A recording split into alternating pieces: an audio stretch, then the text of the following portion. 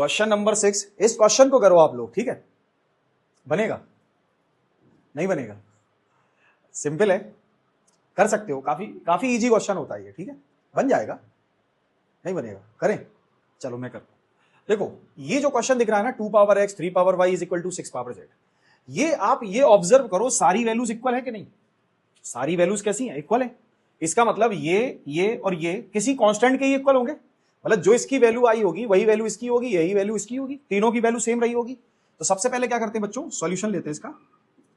Solution सबसे पहले हम लोग firstly we let 2 power x equal 3 power y equal 6 power minus z equal k, ठीक है?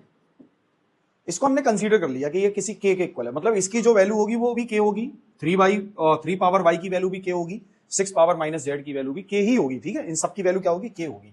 अब क्या करें? बारी बारी से सबको k के इक्वल कर दो, इक्वल k, ठीक है?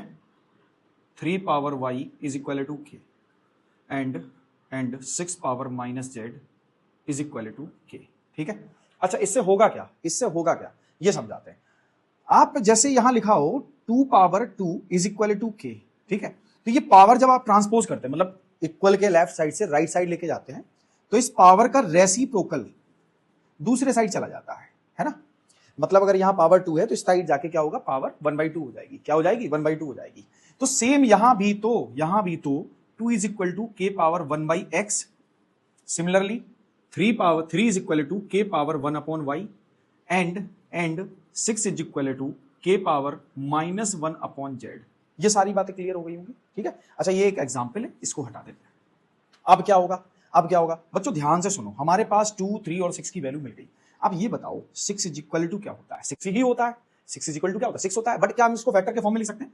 2 इंटू 3 के फॉर्म में लिख सकते हैं, एक्जैक्टली लिख सकते हैं। अब 6 इक्वल था क्या? 6 इक्वल क्या था बच्चों? k power -1/z is equal to 2 क्या था? k पावर 1/x और y 3 क्या था? k power 1/y। क्या आपको कुछ एहसास हुआ? यहां पर कुछ एहसास हुआ कि हमारा जो सॉल्यूशन है वो आने वाला है? जस्ट देखो, ये दोनों के सेम बेस हैं, दोनों के दोनों कैसे हैं? सेम बेस है, तो इनकी पावर क्या हो जाएंगी? ऐड हो जाएंगी, k power 1/x plus 1/y, ठीक है? अब कंपैरिजन नाम की चीज तो सुनी होगी ना आपने। जब दो वैल्यूज आपस में इक्वल होती हैं, अगर उनके बेस सेम हो, if base are same then power also same, ठीक है? इनकी पावर भी कैसी होगी? सेम ही होगी। यानी कि इसकी जो पावर है 1/x plus 1/y is equal to -1/z, और ये जो -1/z है जब ट्रांसपोज होगा, जब राइट से लेफ्ट साइड ट्रांसफर होगा, तब क्या आएगा? ये हो जाएगा हमारे पास, ये देखो माइनस का इस तरफ आएगा तो प्लस का 1/z is equal to 0। Hence proved. तो काफी आसान